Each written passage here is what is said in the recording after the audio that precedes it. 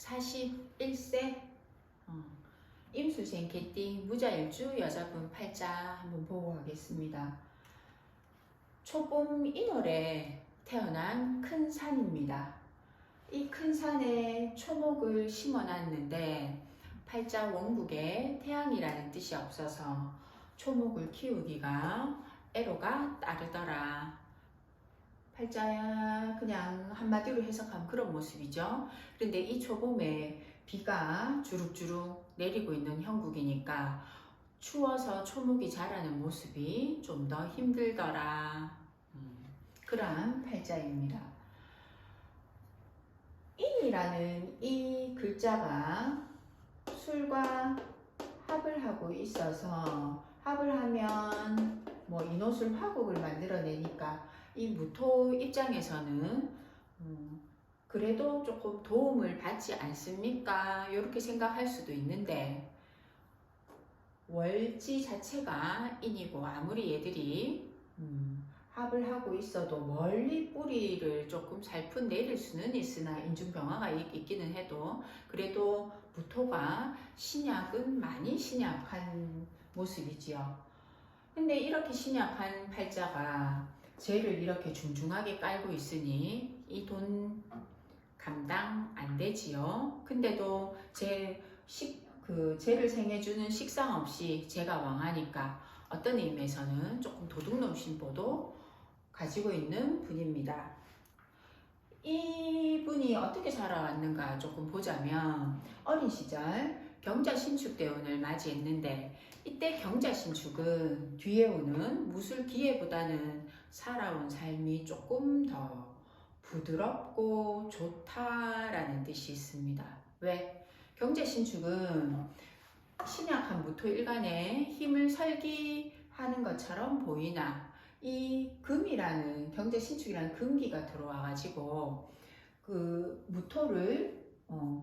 무토와 재간에 소통을 했다라는 뜻이 있지요. 그래서 경자신축은 어린 시절에 예체능 활동을 하면서 예체능 전공을 했다 하는 과정이 숨어 있었고 요 경자대운의 경의 대운의 기운이 끝나면서부터 예체능 활동은 접고 자수제를 따라서 그냥 작은 회사에 취직해서 세월을 좀 보냈습니다. 근데 요때 이 팔자가 기해대운을 맞이하면서 어떤 일이 있었는고 하면 무토 큰산 입장에서는 기토 겁재가 그닥 반갑지는 않습니다. 그래도 원체 신약하니까 기토를 그냥 썼어요. 그래서 기토 시작되는 세운 임진년쯤에 일찍 그 잦은 합이 이루어지면서 이분이 결혼을 합니다. 어떤 사람과 결혼을 했는고 하니까 나이 차이가 조금 있는 사람과 결혼을 했어요. 조금 차이가 많이 나지요. 한 16, 17 차이가 나시는 분과 결혼을 했습니다. 금방 이 팔자 원국을 설명을 할 때 신약한 이 팔자가 재에 대한 욕심만 크더라. 그래서 재를 쫓는 모습이 어떤 모습이 되는고 하면 편관이기는 해도 이 편관이 술과 합을 해서 임수재를 띄워놨어요. 삼합이라는 게 굉장히 좋은 합이고 좋게 작용될 때는 길하게 또 이러한 삼합이 나쁘게 작용할 때는 나쁜 운에서는 엄청나게 힘들어지는 그런 큰 역할을 하게 되는데 이 팔자에 그 인술 삼합에 재가 떠 있지요. 그래서 나의 남편은 우리 남편은요 그래도 어쨌거나 인술합을 해서 나의 약한 뿌리가 되어주고 있으니 우리 남편은 그런 뿌리 역할을 하는 재를 감당할 수 있는 뿌리 역할을 하는 사람이므로 돈은 조금 부는 축적해 놓은 사람입니다. 그런데 내가 돈을 쫓아갔으므로 결혼하는 모습이 남들 눈에 조금 정상, 뭐 비정상이라고 하기까지 그렇지만 조금 입방아에 오르내리는 모습으로 결혼을 하지요. 근데 그 입방아 내리는 모습으로 결혼하는 이유는 기해대운에 이 해가 일지자수에서 보면 망신이죠.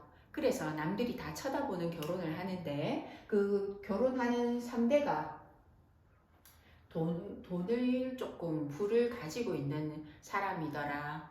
남들이 다 쳐다봐야 되니까 나이 차이가 조금 더 클 수 있고 돈이 보통 사람들보다는 조금 더 있으니까 그 집이 어떤 그런 사람 만나서 결혼하더라 이런 말을 들으면서 일지합인해에 임진년에 결혼을 하게 됩니다.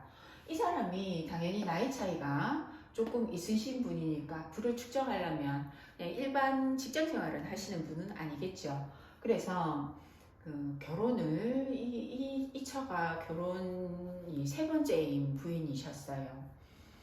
그래서 결혼을 했는데 팔자원국에 식상이 없지요. 금식상이 없으니까 이분과 결혼해서 살아가는 모습도 나이 차이도 있고 원래 자식이라는 논리가 없으니까 자식은 놓지 않고 지금까지 살아있는데 어떤 일이 조금 생겨야 되는고 하면 경자 신축년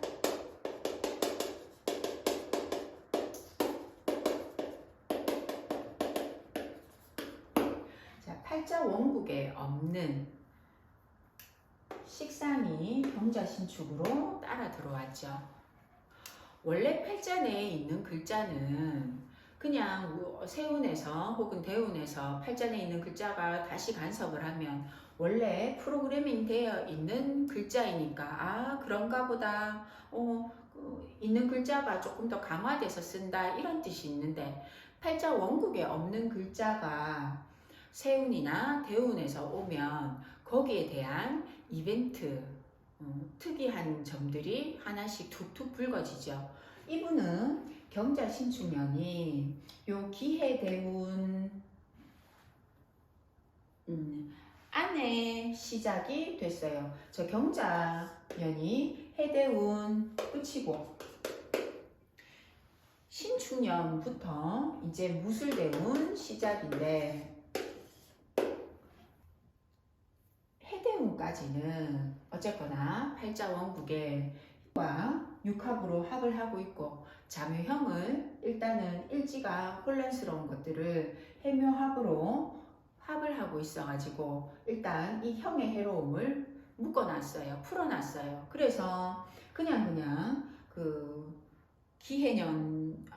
기해년까지죠. 그냥 살았는데 해대운 말 경자년이 시작되면서 없던 식상이 들어오니까 이 식상의 뜻 또 하나의 다른 뜻은 뭡니까? 식상은 관의 기운을 상하게 한다라는 게 기본 뜻이지요. 그러니까 이 남편분이 스물스물이 이제 보기 싫어지는 거예요. 저는요 우리 남편하고 너무 말이 통하지 않아요.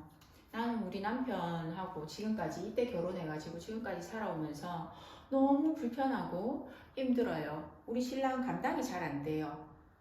굉장히 어려운 사람이에요. 자, 이렇게 표현을 한 이유는 이 사람이 단순하게 남편 띠로만 봤을 때 사생은 인술합에서 봤을 때는 이 사가 또한 망신이죠.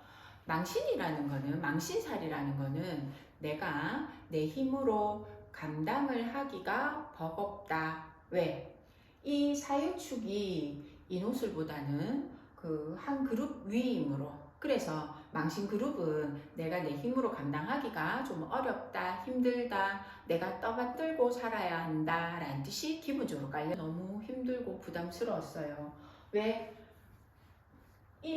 또 그런가 하면 이 남편이 결혼할 때까지는 관의 모습을 하고 있었는데 결혼해서 안방에 들여다놓고 보니까 이 인이 자꾸만 술과 합을 하면서 인이 무력화되지요. 그러니까 우리 남편이 결혼하고부터 살아보니까 우리 남편이 자상하기는 한데요. 저와는 생각이 가치관이 너무 달라요. 늘 늘 부담스럽고 힘든 사람이었는데 경자년부터 이 사람과 도저히 못 살겠어서 제가 고민하고 있어요. 왜? 경신이 들어오면서 이제 이 남편을 자꾸 쳐내려고 하죠. 그리고 경신이 들어오면서 이 임수제들을 생합니다. 가니까 금전적으로는 잠깐 해대운 끝 무술대운이 시작되니까 신약하니까 이 경신이 들어왔을 때 설기되는 해로움을 조금 덜 겪는다. 경제신축년이 있는 남편은 꼴보기 싫어졌어요. 게다가 경자년에 다시 안방은 아니지만 자묘형이 일어나고 그 신축년에 뿌리가 되는 이 글자들을 신축년이 한 번 더 흔듭니다. 그래서 고민 정말 많이 했고요. 법원 앞에 한 두세 번 왔다 갔다 했어요. 근데 올해 이민년 아무리 생각해도 제가 이렇게 살아야 할지 말아야 할지 고민입니다. 고민스럽겠죠. 그런데 이 이민년은 계속 계획을 세웠다 지웠다 하는 걸로만 보냅니다. 왜 그런 거 하니까 지금 무술대운 비견이 들어오면서 내가 이 길로 갈까 다른 길로 갈까 기로에 서서 이제부터 행동에 옮긴다는 게 무술대운 초반부터 일어나는 일이지요. 내년 23년 계묘년이 들어오면 이 신약한 무토일간이 계묘년 개와 합을 하면서 일간이 탁색이 되죠. 보통 일간이 이렇게 간합으로 몰릴 때는 주로 판단 미스 혹은 맹목적으로 이런 뜻이 많이 포함되어 있죠. 그런데 이 원래 팔자 원국에 식상 없이 제가 왕한데 아까 제가 조금 도둑놈 신보라고 표현을 좀 했는데 이 무토일간이 돈을 바로 합하면서 바라봤죠. 근데 따라오는 글자가 계묘니까 일지 안방을 원래 형하고 있는데 다시 운에서 계묘년이 와가지고 자묘형을 한 번 더 일으킵니다. 과도기를 겪으면서 계묘년에 종지부를 찍는다라는 뜻이 들어옵니다. 이때 종지부를 찍는 게 계묘 다음이 갑진년이죠. 서류 정리를 언제 하게 되겠습니까? 라고 물었을 때 서류 정리는 계묘년에 하든 갑진년에 하든 언제 하든 이상하지는 않아요. 어차피 안방을 건드리는 게 계묘년이니까. 세기를 찾아가는 거는 갑진이 돼서 완전히 이루어지겠죠. 일지삼합이 들어오는 해는 어떠한 모습이든 이동, 변동이 됩니다.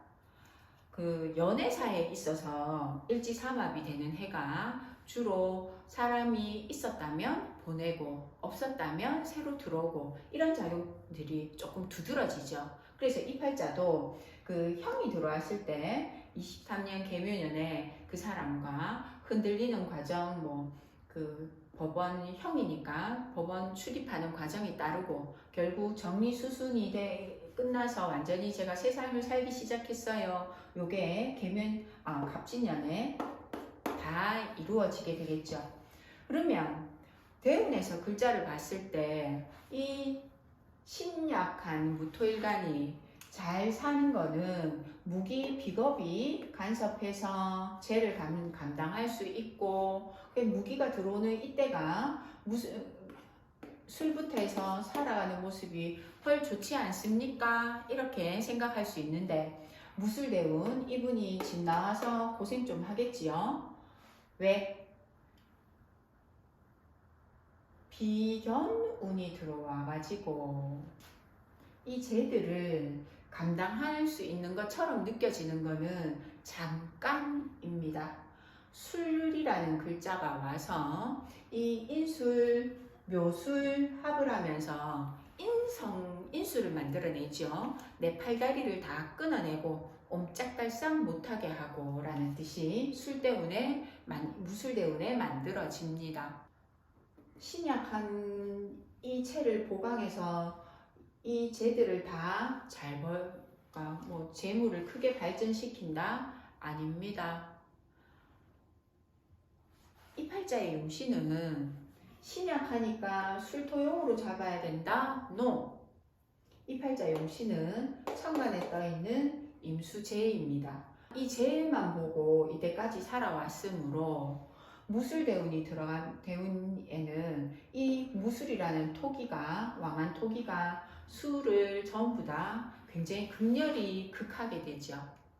그래서 신약한 거를 모면해서 임수재를 감당한다가 아니고 무술대운에서는 이 임수재를, 자수재를 토국수하면서 다 못쓰게 해서 여러모로 그 전에 비해서는 살아가는 모습이 팍팍해진다.